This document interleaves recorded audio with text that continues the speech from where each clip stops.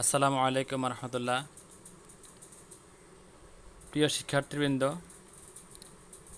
একাদশ দ্বাদশ শ্রেণীর ইসলামী শিক্ষা ক্লাসে তোমাদেরকে স্বাগত জানাই। আমি মোহাম্মদ নাসিরউদ্দিন, সহযোগী অধ্যাপক, ইসলামী শিক্ষা, সরকারি হরগঙ্গা কলেজ, মুন্সিগঞ্জ।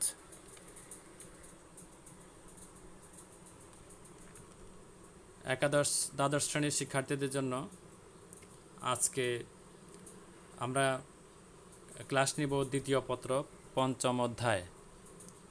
দ্বিতীয় পত্র পঞ্চম অধ্যায়ের বিষয়ের নাম হলো ফিকহ শাস্ত্র।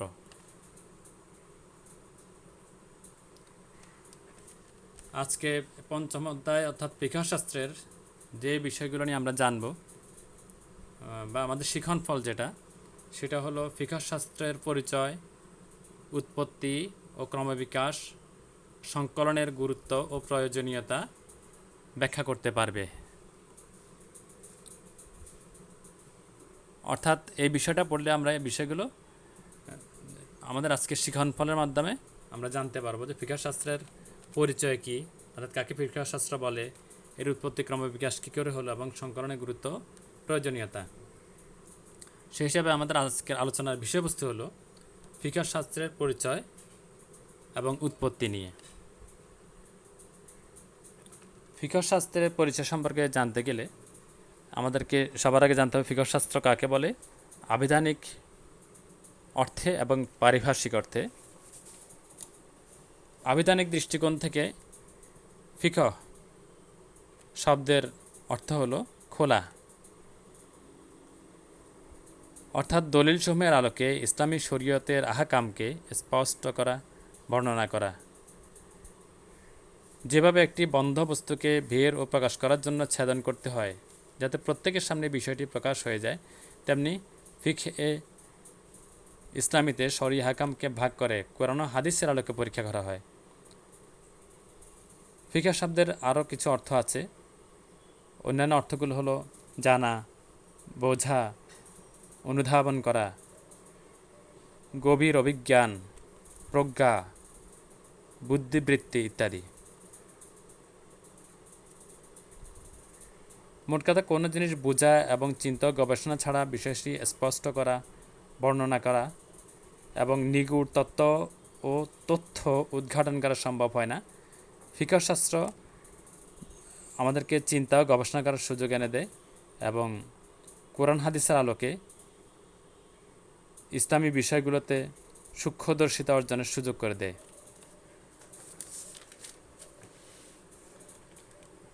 ফিকহ শাস্ত্রের পারিভাষিক অর্থ হলো ইসলামী শরীয়তে ফিকহ শাস্ত্রের শরীয়ত সম্পর্কিত জ্ঞান বা আহকামে শরীয়ত নির্গত করার জ্ঞান, অর্থাৎ সমস্ত প্রমাণাদি সহকারে কুরআন, হাদিস, ইজমা ও কিয়াসের আলোকে ইসলামী শরীয়তের বিধানসমূহ নির্ধারণের ব্যাপারে সূক্ষ্ম দৃষ্টি ও গভীর জ্ঞান লাভ করা। আর এই সূক্ষ্ম দর্শন ও জ্ঞান প্রসূত শরীয়তের বিধানাবলী যে শাস্ত্রে আলোচিত হয় তাকে ফিকহ শাস্ত্র বা ইসলামী আইন বিধান তথা ইলমুল ফিকহ বলা হয়। ইসলামী আইন বিধান। প্রিয় শিক্ষার্থীবৃন্দ, তোমরা আশা করি বুঝতে পারবে যে ইসলামী আইন বিধান, ফিকহ হলো ইসলামী আইন বিধান। ফিকহ শাস্ত্রে কী আলোচনা হচ্ছে? ইসলামী আইনগুলো, বিধানগুলো, এবং কিসের আলোকে? কুরআন, হাদিস, ইজমা এবং কিয়াসের আলোকে। সহজ করে বলতে গেলে বলা যায় ইলমে ফিকহ হচ্ছে আহকামে শরীয়তের আমলযোগ্য ইলম, যা বিস্তৃতভাবে বর্ণিত প্রমাণাদি দ্বারা সুবিন্যস্ত। এবং ফিকহ শাস্ত্র এমন একটা শাস্ত্র যা শরীয়তের ব্যবহারিক বিধানাবলী তথা হালাল ও হারাম ইত্যাদি বিধান সম্পর্কে বিস্তারিত দলিল প্রমাণসহ তার মাসআলা উদ্ভাবনের বিষয়ে সংশ্লিষ্ট ইলমকে ফিকহ শাস্ত্র বলে। অর্থাৎ ফিকহ শাস্ত্র এমন বিধানাবলীর সমষ্টির নাম যা ইসলামের বিধিবদ্ধ, যাকে বিস্তারিত দলিল দ্বারা উদ্ভাবন করা হয়। সংজ্ঞাগুলো শুনতে তোমাদের কাছে কঠিন মনে হতে পারে, কিন্তু এইসব সংজ্ঞা থেকে কী বোঝা যায় যে ফিকহ শাস্ত্র এমন একটি বিষয় যা উম্মাহর আলিমগণ তথা মনীষীগণ আল্লাহ প্রদত্ত জ্ঞানের শক্তি ও বুদ্ধিবৃত্তির দ্বারা কোরআন ও হাদিসের আলোকে শরীয়তের বিধিবিধান, নিয়ম নীতি, আইন কানুন উদ্ভাবন করেছেন, আর একে একটি বিশেষ পদ্ধতিতে এবং মনোরম ক্রমবিন্যাসে সুবিন্যস্ত এবং একত্রিত করেছেন। তো কাজেই ফিকহ শাস্ত্র অর্থাৎ হলো ইসলামী আইনশাস্ত্র। আমরা অতি সহজে যেটা বুঝবো এক কথাতে সেটা হলো যে ইসলামী ফিকহ শাস্ত্র হলো ইসলামী আইনশাস্ত্র।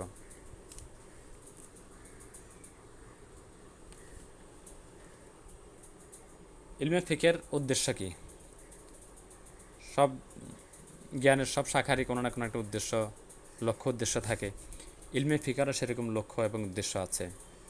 ইলমে ফিকের লক্ষ্য এবং উদ্দেশ্য হলো দুনিয়া ও আখিরাতে উভয় জাহানের চূড়ান্ত সাফল্য লাভ করা। কার সাফল্য? মানুষের, ইমানদারদের, মুসলমানদের দুনিয়া ও আখিরাতের উভয় জাহানে চূড়ান্ত সফলতা লাভ করা হলো ইলমে ফিকের লক্ষ্য। এ লক্ষ্যে কুরআন ও হাদিসের আলোকে জ্ঞান গবেষণা করা। আখিরাতের সফলতা হলো আল্লাহর সন্তুষ্টি অর্জনের মাধ্যমে জান্নাত লাভ করা এবং আল্লাহর দিদার প্রাপ্ত হওয়া। সর্বোপরি আল্লাহর বিধিবিধান ও আইন কানুন সম্বলিত অভিজ্ঞান লাভ করে যে সে অনুযায়ী জীবন পরিচালনা করে দুনিয়ার শান্তি ও পরকালীন মুক্তি অর্জন করাই হলো ইলমে ফিকহ শাস্ত্রের লক্ষ্য উদ্দেশ্য। তার প্রিয় শিক্ষার্থীবৃন্দ, আমরা ইলমে ফিকের লক্ষ্য উদ্দেশ্য সহজ ভাষায় বলতে গেলে যেটা, যে দুনিয়ার কল্যাণ এবং আখিরাতের কল্যাণ লাভের উদ্দেশ্যে শরীয়তের বিধিবিধান, আইন কানুন সম্পর্কে সঠিক জ্ঞান লাভ করাই হলো ইলমে ফিকের লক্ষ্য উদ্দেশ্য। ইলমে ফিকহ শাস্ত্রের পাঠের উপকারিতা কী সেটা সম্পর্কে আমরা জানতে পারি। ইলমে ফিকহ শাস্ত্র পাঠ করলে আমরা কী জানব? ইলমে ফিকহ শাস্ত্র পাঠ করলে ইসলামী আইন কানুন তথা শরীয়তের যাবতীয় বিধিবিধান সম্পর্কে জানা যায়।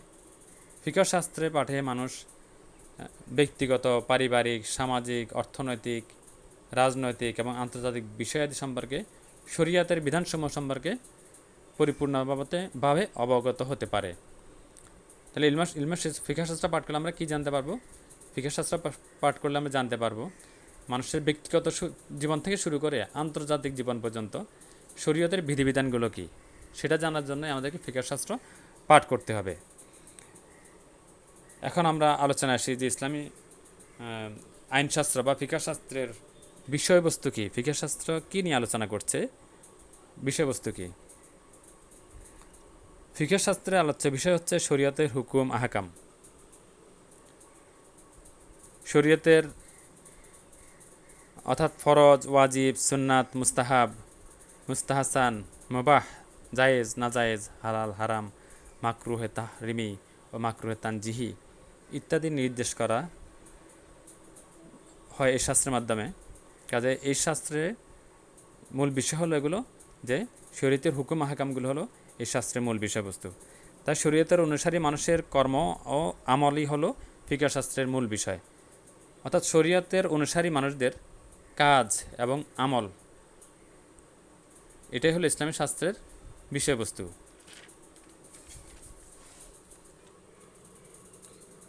ফিকহ শাস্ত্রের যেসব আলোচ্য বিষয় আছে, আলোচ্য বিষয়গুলোকে 6 ভাগে ভাগ করা যায়। কয় ভাগে ভাগ করা যায়? আমরা আলোচনা করেছি 6 ভাগে ভাগ করা যায়। ইসলাম ফিকহ শাস্ত্রের বিষয়বস্তুকে 6 ভাগে ভাগ করা যায়। যদিও মূল বিষয়বস্তু হলো শরীয়তের হুকুম আহকাম, সেগুলোকে 6টা ভাগে ভাগ করা যায়। 1 নম্বর হলো ইবাদত। ইবাদত মানে হলো আল্লাহ তাআলা ও তার বান্দার মধ্যে গভীর সংযোগকারী বিষয় হলো ইবাদত। ইবাদতের মাধ্যমে কী হয়? আল্লাহ এবং তার বান্দার মধ্যে গভীর সংযোগ তৈরি হয়।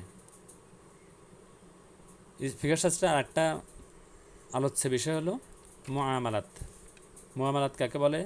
সামাজিক জীবনের লেনদেন, যেমন অর্থনৈতিক নিয়মকানুন, যা পরস্পর সাহায্য, সহায়তা, দান ও যৌথ কাজের জন্য নির্ধারিত, যেমন বেচাকেনা, লেনদেন, ধারকর্য, আমানত।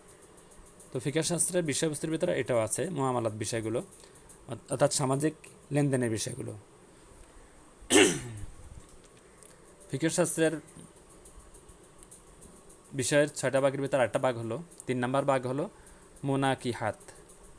মুনাকিহাত হলো বৈবাহিক বিষয়াদি তথা মানব বংশ বজায় রাখা সম্বন্ধীয় আইনকানুন। যেমন কি কি আছে? বিবাহ, তালাক, ইদ্দত, বংশ, আধিপত্য, ওয়াসিয়াত, উত্তরাধিকার ইত্যাদি বিষয়ে আলোচনা করে। এটাকে বলা হচ্ছে কি? মুনাকিহাত। আলোচ্য বিষয়ের 6টা ভাগের ভিতর একটা ভাগ হলো উকুবাত। 4 নম্বর ভাগ হলো উকুবাত। উকুবাত মানে হলো অপরাধ ও শাস্তি, অর্থাৎ অপরাধ ও শাস্তি বিষয়ে আলোচনা করা হবে এই অংশে। যেমন হত্যা, চুরি, জিনা, দুর্নাম, অপবাদ এবং কিসাস, দিয়াত ইত্যাদি বিষয়ক আইন কানুন। মোট কথা অপরাধ ও শাস্তি বিষয়ক আলোচনা করা এই অংশে, এটার নাম হলো উকুবাত। ফিকহ শাস্ত্রের আলোচ্য বিষয়কে যে 6 ভাগে ভাগ করা যায়, তার ভিতরে 5ম ভাগ হলো মুখাসামাত। মুখাসামাত মানে হলো বিচার সংক্রান্ত বিষয়াদি। আর 6 নম্বর যেটা আছে সেটার নাম হলো হুকুমাত ও খিলাফত। হুকুমাত ও খিলাফত। হুকুমাত ও খিলাফত মানে হলো জাতীয় আন্তর্জাতিক বিষয়াদি আলোচনা হয় অংশে। যেমন লেনদেন, সন্ধি ও যুদ্ধের নিয়মকানুন, রাষ্ট্রীয় উচ্চ পদমর্যাদার বিস্তারিত বিষয়াদি, পররাষ্ট্রীয় সম্পর্ক বিষয়ে আলোচনা, আন্তর্জাতিক বিষয়ে আলোচনা, অর্থাৎ জাতীয় আন্তর্জাতিক বিষয়াদি ফিকহ শাস্ত্রের যে অংশে আলোচনা করা হয় তাকে বলা হয় হুকুমাত ও খিলাফত। তাহলে আমরা ফিকহ শাস্ত্রের আলোচ্য বিষয় 6টা ভাগে ভাগ করতে পারলাম। কি কি ভাগ? একটা হলো ইবাদত, 2 নম্বর হলো মুআমালাত, 3 নম্বর হলো মুনাকিহাত, 4 নম্বর হলো উকুবাত, 5 নম্বর হলো মুখাসামাত, 6 নম্বর হলো হুকুমাত ও খিলাফত।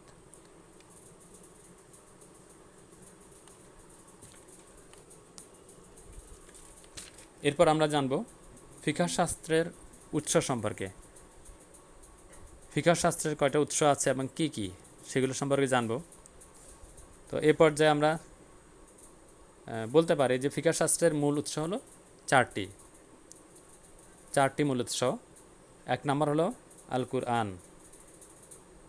পবিত্র কুরআনুল কারিম হলো ফিকহ শাস্ত্রের 1 নম্বর মূল উৎস।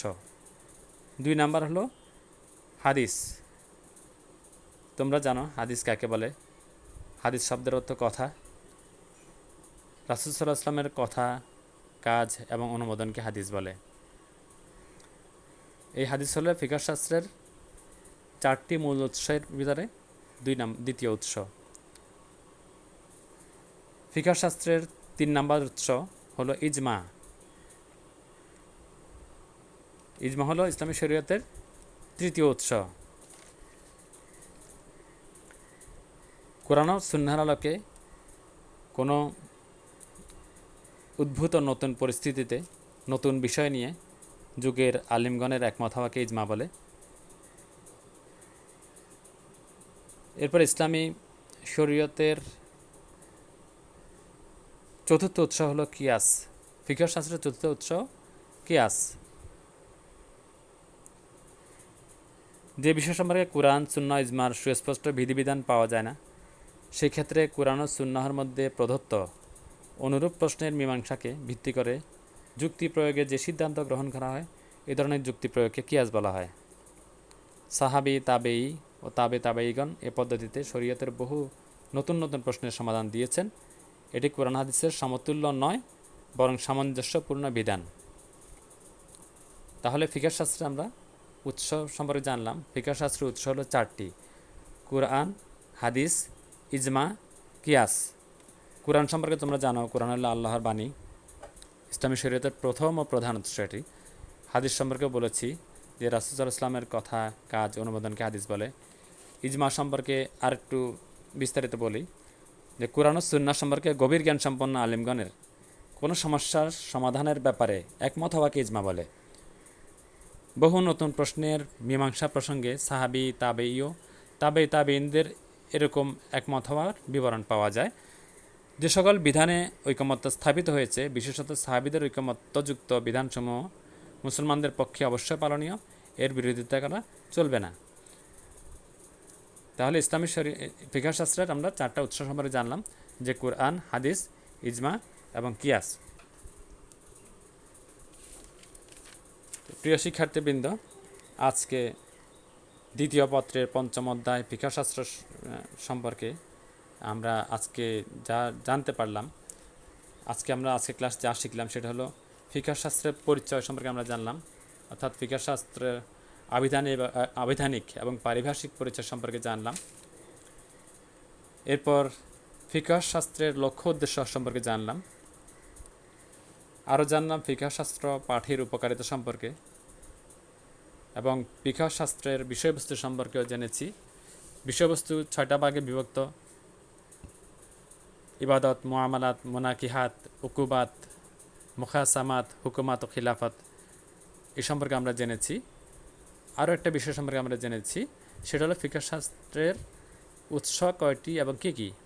ফিকহ শাস্ত্রের উৎস হলো 4টি, সেগুলো হলো কুরআন, হাদিস, ইজমা এবং কিয়াস। তো আজকে আমরা যতটুকু জানলাম, পরবর্তী ক্লাসে আমরা ফিকহ শাস্ত্রের উৎপত্তির কারণ সম্পর্কে আলোচনা করব বিস্তারিতভাবে। ফিকহ শাস্ত্রের কেন উৎপত্তি হলো এবং ফিকহ শাস্ত্রের উৎসগুলো সম্পর্কেও পরবর্তীতে আরও বিস্তারিত আলোচনা করা হবে। তো তোমাদের সাথে আবার দেখা হবে ইনশাল্লাহ। সে পর্যন্ত সবাই ভালো থেকো। আজকের মতো এখানে শেষ করছি। ধন্যবাদ সবাইকে। আল্লাহ হাফেজ। আসসালামু আলাইকুম রহমতুল্লাহ।